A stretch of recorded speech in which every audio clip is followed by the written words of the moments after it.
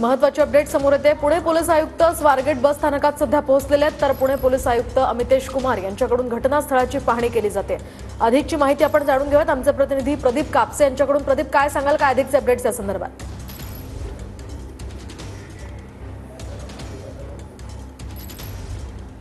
ते स्वारगेट बस स्थानकामध्ये दाखल झालेले आहेत। सध्या पोलिसांकडून या ठिकाणी घटनास्थळाचा आढावा जो आहे तो घेतला जातोय। आपण पाहतोय की पुण्याचे पोलीस आयुक्त सगळे अधिकारी जे आहेत ते आपल्याला बस स्थानकामध्ये पाहायला मिळत आहेत आणि आपण पाहतोय की दुसऱ्या बाजूला गृहराज्यमंत्री योगेश कदम जे आहेत ते अगदी थोड्या वेळात पोहोचत आहेत आणि त्यानंतर आल्यानंतर आपण पाहतोय की याच ठिकाणी घटनेचा आढावा जो आहे तो घेतला जाईल। आपण पाहतोय की पुण्याचे पोलीस आयुक्त जे आहेत अमितेश कुमार, त्याचबरोबर joint CP Ranjan Sharma, DCP आहेत, सगळे वरिष्ठ अधिकारी आपल्याला या ठिकाणी घटनास्थळावरती पाहायला मिळत आहेत। आपण पाहतोय की याच ठिकाणी ज्या ठिकाणी घटना घडलेली होती त्या ठिकाणी गृहराज्यमंत्री योगेश कदम जे आहेत ते पोहोचत आहेत आणि या ठिकाणी आल्यानंतर त्यांच्याकडून या ठिकाणी घटनास्थळाचा आढावा जो आहे तो घेतला जाईल। दुसऱ्या बाजूला आपण पाहतोय की बस स्थानकामध्ये बसची ये जा जी आहे ती सुद्धा आपल्याला पाहायला मिळते। आपण पाहतोय की दुसऱ्या बाजूला वरिष्ठ पोलीस अधिकाऱ्यांना या ठिकाणी गृहराज्यमंत्र्यांकडून ब्रीफिंग जे आहे ते केलं जाईल। आपण पाहतोय की पोलीस आयुक्तांची गाडी या ठिकाणी आलेली आहे।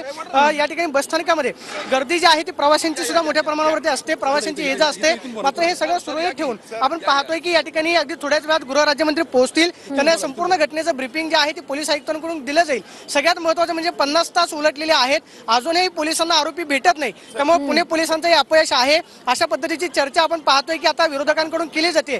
जवळपास 13 टीम जे आहे ते आरोपीचा शोध घेताना आपल्याला पाहायला मिळत आहेत। आपण पाहतोय की या ठिकाणी वरिष्ठ पोलीस अधिकारी स्वारगेट बस स्थानकामध्ये या संपूर्ण घटनेचा आढावा घेतल्यानंतर नक्कीच प्रदीप, या संदर्भातले सगळे अपडेट्स तुमच्याकडनं घेत राहणार आहोत। तुर्तास धन्यवाद दिलेल्या सविस्तर माहितीसाठी।